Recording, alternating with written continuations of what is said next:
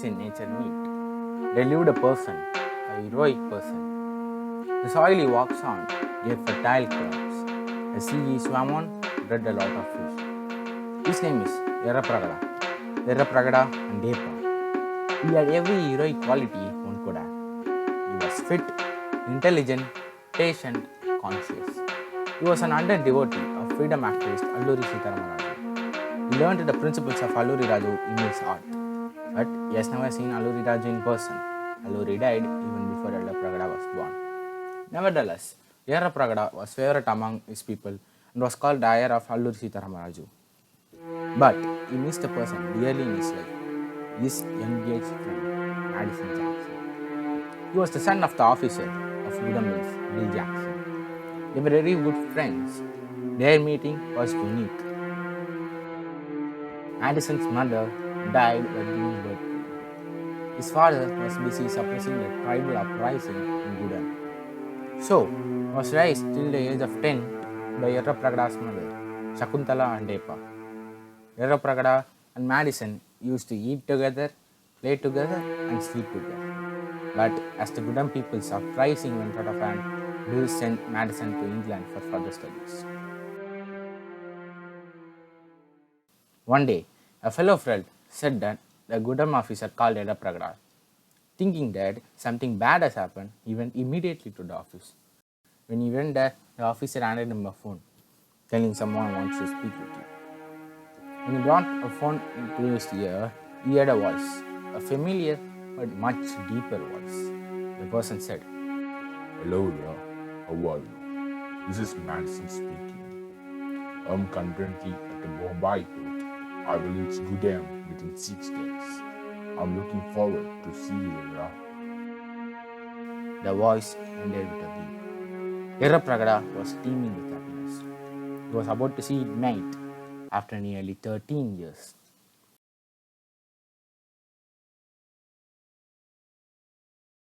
Madison set foot on a Gudem railway station, but he was not the same Madison. After he went to England, he was restricted from hearing the Indian point of view of colonialism. He was he was taught to hate Indians. He taught them as inferior to the superior British people. And aid he gave. He meant any request from any Indians. He kicked an Indian in his office, the reason being that he was not allowed to go out by an Indian. The only Indian who managed to be still in Madison's soft side is his dear friend, Yerra Pragada. Yerra Pragada and Madison reunited after nearly 13 years. But the time united was very chaotic. Gone were the days of peaceful coexistence of British and Indians. Yerra Pragada was a freedom fighter, a disciple of Alluri Raju, and Madison came in as the new British officer of Gudem Hills to suppress the rebellion. He was technically an enemy of Yerra Pragada. Both were struggling to stay afloat this theme of patriotism and friendship.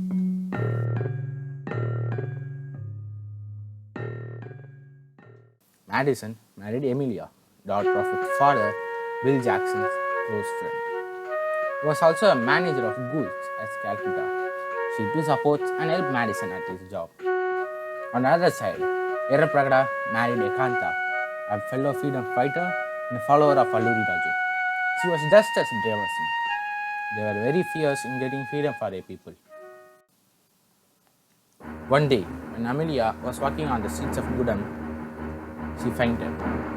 Ekanta ran as fast as wind and took hold of her and helped her get to the hospital. Since then, they become close but cautious friends.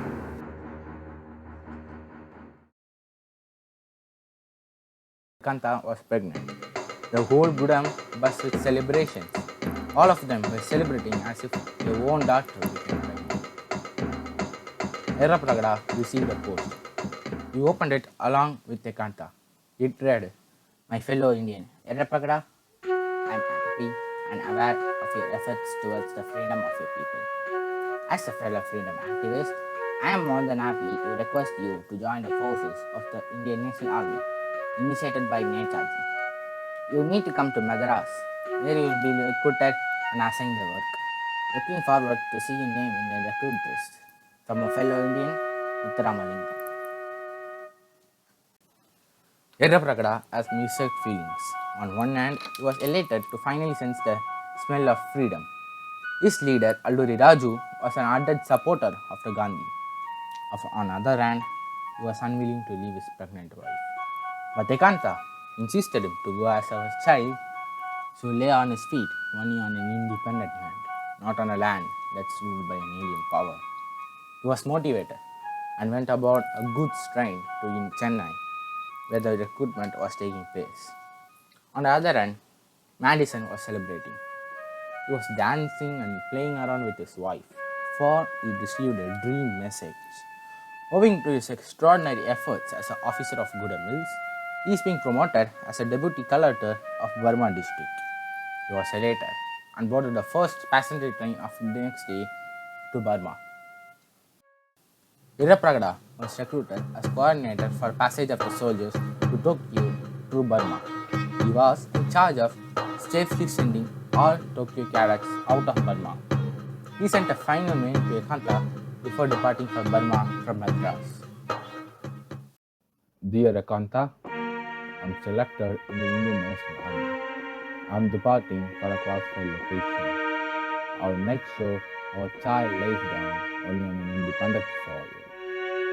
From your dear husband, Irrapragada. Irrapragada was set to go and be stationed in Yangon, along the Gulf of Martaban in Burma. As he was on his way to Burma at Calcutta, British found him and arrested him.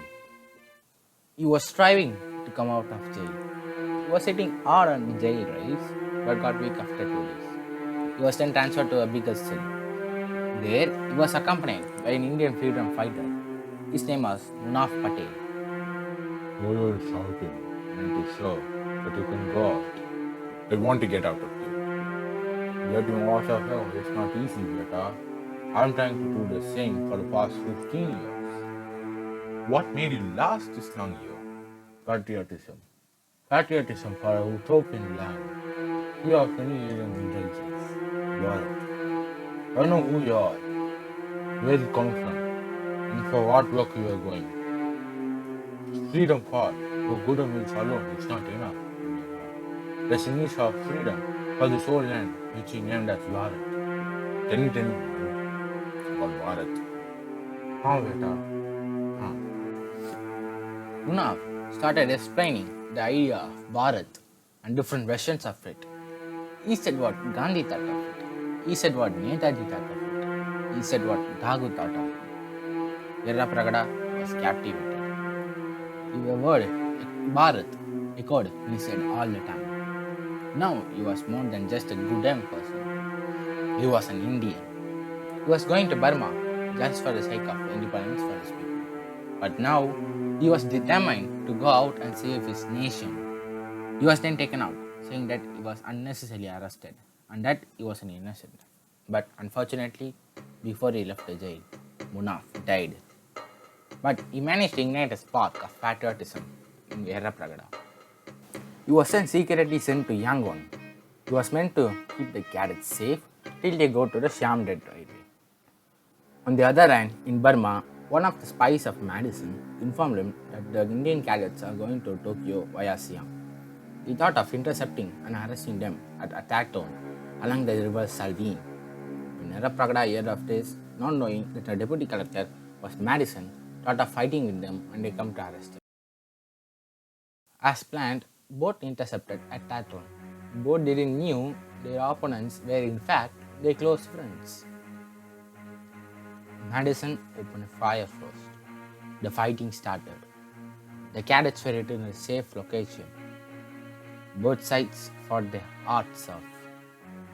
Both the Yerrapragada and Madison didn't see each other yet. But when Yerrapragada went to save his fellow comrade, he saw Madison fighting and killing Indian soldiers. Madison too saw Yerrapragada. Ekanta suddenly felt some pain. She shouted her voice out, making literally the whole village awake. But none of them even stepped out of their houses. Owing to the information regarding Yerrapragada helping Indian National Army, he was declared a terrorist. But Emilia heard a cry. She rushed to Ekanta's house. Despite the opposition from the fellow British servants, she took her into her car and rushed to a hospital. Ekanta was crying in pain. Emilia went to bring in the doctor. They planned a highly risky cesarean as the baby was not able to come out. As the first incision was made on Ekanta's stomach, Madison stabbed Errapragada on his leg, both crying in pain. As every incision was made on Ekanta's stomach, Madison kept giving stab after stab after stab on Errapragada. Finally, the baby was visible.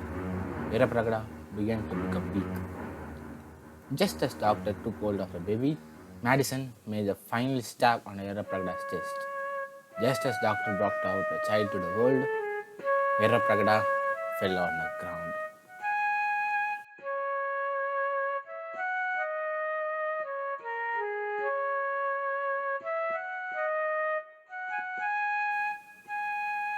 Eagerly awaiting for her husband's arrival, Ekanta instead got a letter of apology, personally handwritten by Muthuramaningam.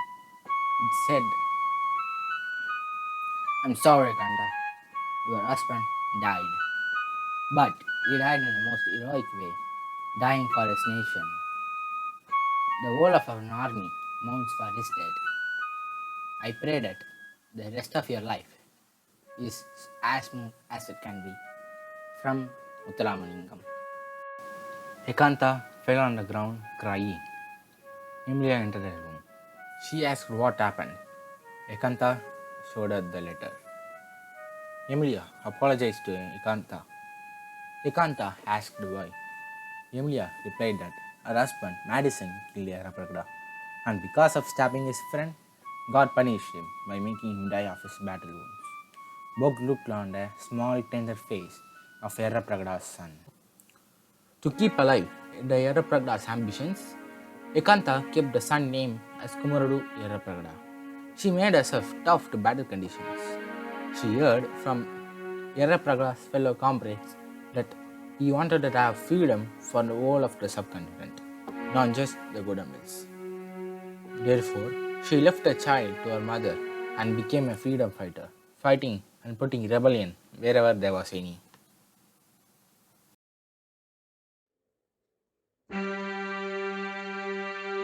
The whole of Gudemils was in celebration. Not just Gudemils, to be frank, the whole of India was in celebration. At 12 a.m., the independent nation of India was formed. As everyone was hearing in the radio, applauding and cheering and dancing, with tears rolling down Ekanta's eyes, Nehru started his speech. At the stroke of the midnight hour, when the world sleeps, India will awake to life and freedom.